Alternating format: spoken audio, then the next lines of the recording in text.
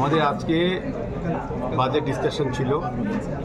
আগরতলা পৌর নিগম থেকে যে বাজেট পেশ করা হয়েছিল আগরতলা শহরবাসীর উন্নয়নের জন্য এবং শহরবাসীদের আগরতলা পৌর নিগম থেকে তাদের সুন্দর নাগরিক পরিষেবা প্রদান করার ক্ষেত্রে সার্বিকভাবে নতুন রাস্তা, ড্রেন, নিকাশি ব্যবস্থা, আলোর ব্যবস্থা এবং পরিত্যক্ত পুকুরগুলিকে ডেভেলপ করে সৌন্দর্যায়ন করে ব্যবহার করা, বিভিন্ন পার্ক, ওপেন জিম তৈরি করার ক্ষেত্রে এবং আগরতলা শহরবাসীর যে মৌলিক চাহিদা বা সমস্যা বা প্রত্যাশা তাকে সামনে রেখে আমরা 476 কোটি টাকার বাজেট পেশ করেছিলাম। আজকে সর্বসম্মতিক্রমে আমাদের সমস্ত কর্পোরেটর উপস্থিতিতে, ডেপুটি মেয়র সহ, কমিশনার সহ এবং আধিকারিকদের উপস্থিতিতে এটা গ্রহণ করা হয়েছে সর্বসম্মতিক্রমে। সকলেই বলেছেন যে এটা খুব ভালো বাজেট, জনকল্যাণমুখী এবং সার্বিকভাবে আগরতলা শহরবাসীর যে প্রত্যাশা পূরণের ক্ষেত্রে বাজেট অত্যন্ত গুরুত্বপূর্ণ ভূমিকা গ্রহণ করবে।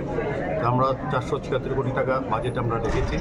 এছাড়াও আমাদের বিভিন্ন কেন্দ্রীয় প্রকল্পের টাকা, আমাদের স্মার্ট সিটি, আগরতলা পূর্ত দপ্তর, নগরায়ণ দপ্তর মিলে আমরা সার্বিক শহরকে নতুনভাবে সাজানোর চেষ্টা করছি।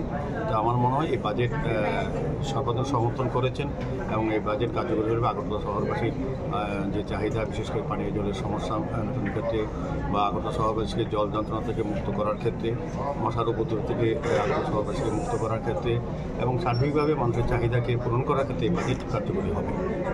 কোন বিষয়টাকে যারা জনপ্রতিনিধিরা রয়েছে পৌর নিগমের 51 জন, কোন বিষয়টাকে বেশি প্রাধান্য দিয়ে এই প্রস্তাবের উপর ভিত্তি করে আলোচনা করেছে? প্রথমত আমরা আমাদের রাজ্য সরকার, যেমন আমাদের মুখ্যমন্ত্রী প্রফেসর ডক্টর মানিক সাহা সরকার যে উন্নয়নের চিন্তাভাবনা এটাকেই সামনে রেখে এবং দুর্নীতিমুক্ত স্বচ্ছ প্রশাসন দেওয়ার ক্ষেত্রে যে আমাদের চিন্তা সেটাকে প্রতিফলিত করে বাজেট রূপায়ণ করছি। বিশেষ করে শহরের ড্রেনেজ সিস্টেম বা আমাদের শহরকে পরিচ্ছন্ন রাখা, যানজট মুক্ত রাখা, শহরের নিকাশি ব্যবস্থা উন্নয়ন করা, আলোর ব্যবস্থা করা, সার্বিক আমি বলবো যে সুন্দর একটা শহর মানুষের কাছে তুলে দেওয়ার জন্য এই বাজেটে সকলে সমর্থন করছি। সবাই বক্তব্য এটাই ছিল।